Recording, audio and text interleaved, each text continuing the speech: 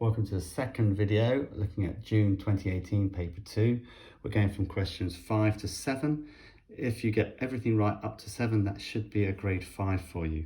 So question 5 says complete the table below. Now this is a quadratic, and quadratics, if they're happy, if they're positive x squared, will look something like this generally. And what we're going to do is put these values into the machine here, this function here. You've got to be really careful when you're dealing with negative numbers. So one idea is to use brackets, and on your calculator you can put those brackets in. And so if you did that, for instance, the -2, if the -2 went in there, minus times a minus is a plus, so that becomes 4, minus the -2, -6. The 4, the minus and minus becomes plus, -6, so you get 6 minus 6 is 0. So you end up with 0 there. And so if you put it in your calculator, you should end up with, if you put 1 in there, it should come out as -4. If I put 1 in, 1 squared minus 1 minus 6. 1 squared is 1, minus 1 is 0, minus 6 is -6. And look what you get. You're starting to get a repeated pattern. And if you did do it, you'd see that that is -4 and that is 0. And it's a good check to do that, but that looks good, so well done. So now we need to plot this. So let's turn that over. And here goes. So we need to plot it, and we know that it says it says plot between -3 and 3. So always do check that you're answering to the question they want. So here goes. When it's -3, it says 6. So don't forget we go across, go along the corridor, and then up the stairs. So -3, I'm going to do it different colour so you can see it. -3, 6. So -3, 6 is there. And then it's -2, 0. So across, no height.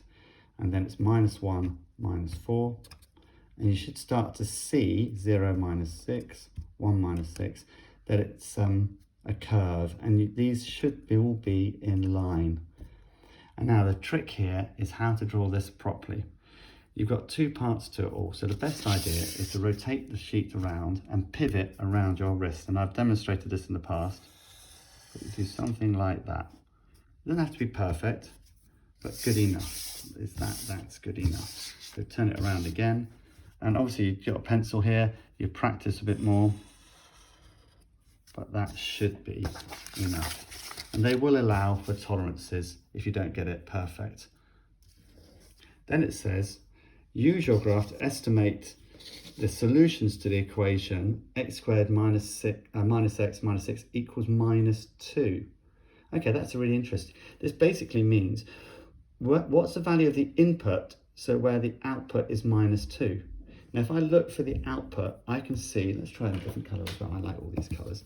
The output says it's -2. So it means the y value is -2. And we can see there's the y value. It's -2 when x is that value. It's also -2 when x is that value there.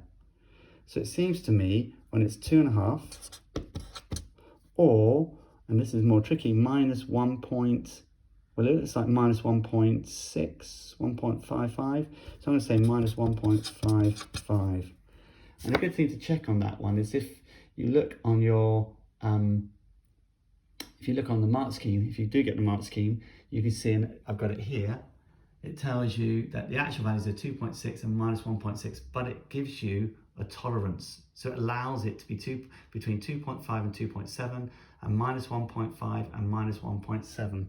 So good. I'm within the tolerance, so that is acceptable. People get nervous about that, but there you go. We're in there, hooray. Right, let's go for question 6. So, question 6, the force 7 newtons acts on an area of 20 centimeters squared, and the pressure, how to work out the pressure, they give you a little formula there, always handy to have that. And it says the force is increased by 10 newtons, and the area is increased by 10 square centimeters.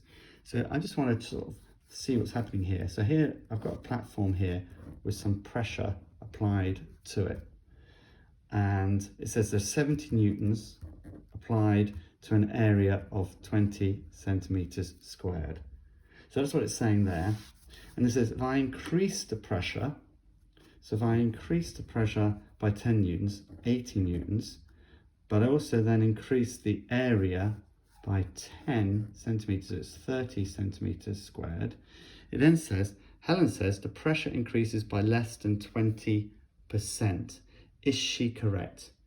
Now, this can seem really quite a challenge. So what I'm going to do is I'm going to work out the pressure for both of them. I think that's a sensible thing, isn't it? And it tells me how to work out the pressure.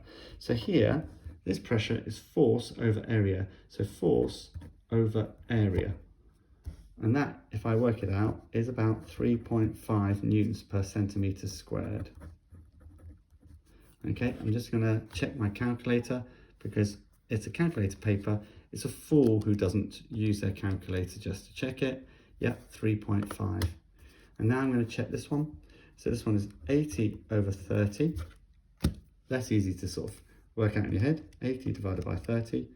Oops, but it equals 2.6 recurring newtons per centimetre squared.